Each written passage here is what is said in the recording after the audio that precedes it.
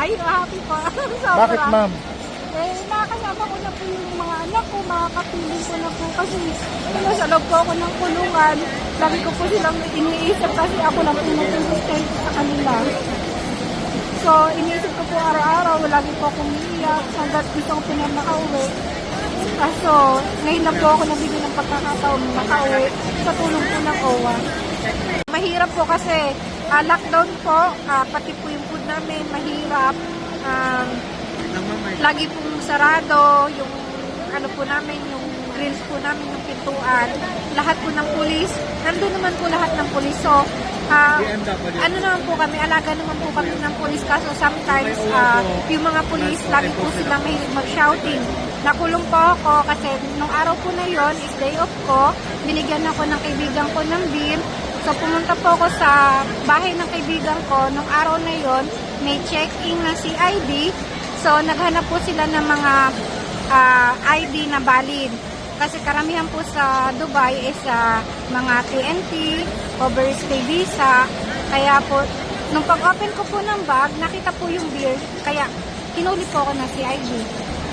Masasabi ko lang po, sana po, bigyan po ako ng chance para ipagpatuloy kung ano yung nasimulan ko para sa kinabukasan ng mga anak ko. Kasi single mom po ako, 3 po yung nag-aaral, 2 college. Ang hirap po. Sana po matulungan niyo ako kahit paano o kaya po bigyan niyo po ako ng financial pang araw-araw para may madudukot po kami mag-ina at panggastos po sa pang-araw-araw. Hanggat kaya ko pong magtrabaho, maghahanap po ako magtrabaho, maghahanap pa po ako. Kung may choice pa po akong mag-abroad, mag-abroad pa rin po ako. Hindi ko po sasayangin yung pagkakataon. Hanggat kaya ko po magtrabaho, magtatrabaho po ako. January 21, nakulong po ako ng gabi. Nag-flight po ako ng February 17, nag-cancel po yung flight ko. So, nag-start na po yung Ramadan, nagmahal na po yung ticket. Tapos, dumaan po yung gera ng Iran at Israel, so cancel po lahat ng flight. Nag-another ticket po ulit ako, March 17, nag-cancel po ulit. Ngayon po, sa awa po ng Diyos, nabigyan po kami ng pagkakataon na makasama sa mga katulungan ng OWA.